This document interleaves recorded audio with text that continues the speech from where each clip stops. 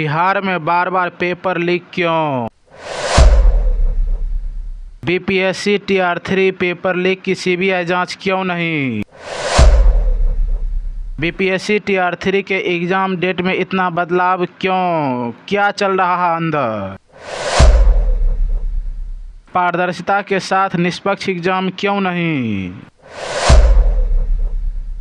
आखिर एग्ज़ाम होगा या फिर डेट टलेगा? नमस्कार, आप देख रहे हैं भारत 50 न्यूज़। मैं हूं भरत कुमार।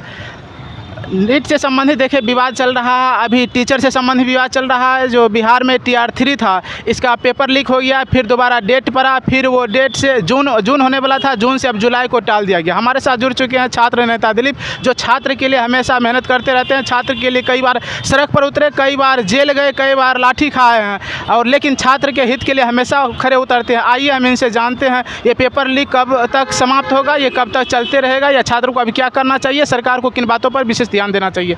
आपका स्वागत है। जी, बहुत बहुत धन्यवाद।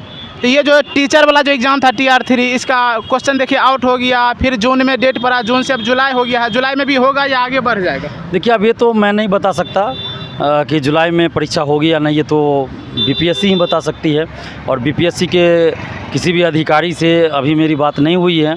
हम कुछ दिन पहले जब हम दिल्ली जा रहे थे, तो उस समय हम प्रयास किए थे ऑफिस जाकर मिलने का चेयरमैन से, लेकिन चेयरमैन मिले नहीं। 3-4 बार हम प्रयास किए, लेकिन चेयरमैन सर बहाना बना देते हैं, नहीं मिलते, जबकि वो रहते हैं ऑफिस में, लेकिन बहाना बना देते हैं। तो मिलना नहीं चाहते हैं। हो सकता है वो हमसे नज़र ना मिला पाए, क्योंकि हम वो तो जानते हैं कि हम छात्र हित में डिमांड रखेंगे, छात्र हित में काम करेंगे। जैसे 270 लोग को प्रतिबंधित करने की हम मांग करेंगे, और आगे पेपर लीक ना हो, धांधली सेटिंग ना हो, उसकी हम मांग करेंगे। TR1 TR2 में जो गड़बड़ी हुई उसकी जाँच की मांग करेंगे।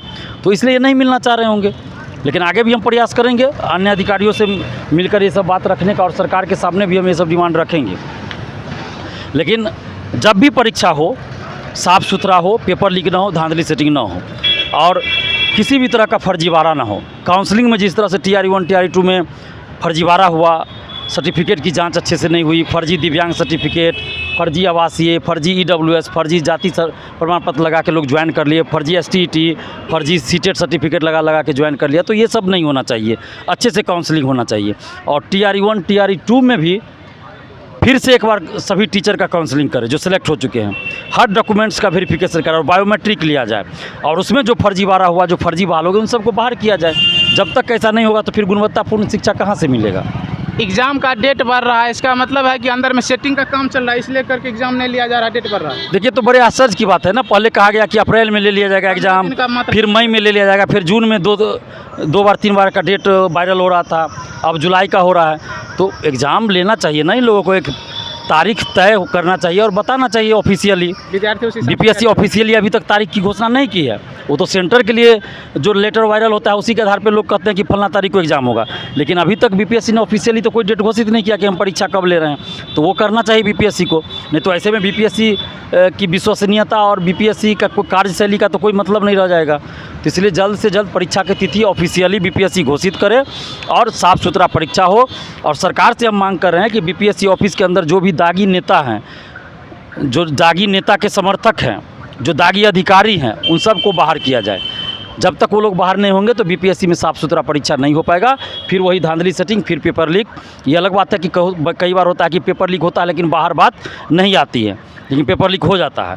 तो ऐसी नहीं होना चाहिए इस तरह की घटना, और पेपर लीक पूर्णतः बंद होना चाहिए, धांधली सेटिंग पूर्णतः बंद होना चाहिए, क्योंकि ये शिक्षा से जुड़ा सवाल है। वही टीचर बनेंगे, वही जाके पढ़ाएंगे स्कूल में। अगर उनके पास गुणवत्ता नहीं रहेगा तो गुणवत्तापूर्ण शिक्षा कैसे देंगे? तो आपने देखे कि छात्र नेता दिलीप ने किस तरह से छात्र की बात और छात्र के हित की बात जो है रखने का प्रयास किए, आयोग से डिमांड किए हैं कि पेपर बढ़िया से होना चाहिए, फिर दोबारा लीक नहीं हो और निष्पक्ष तरीके से हो। और आप हमारे चैनल पर पहली बार विजिट कर रहे हैं तो चैनल को सब्सक्राइब कीजिए, लाइक शेयर कमेंट करते रहिए, और फिर मिलेंगे किसी और वीडियो में। तब तक के लिए धन्यवाद।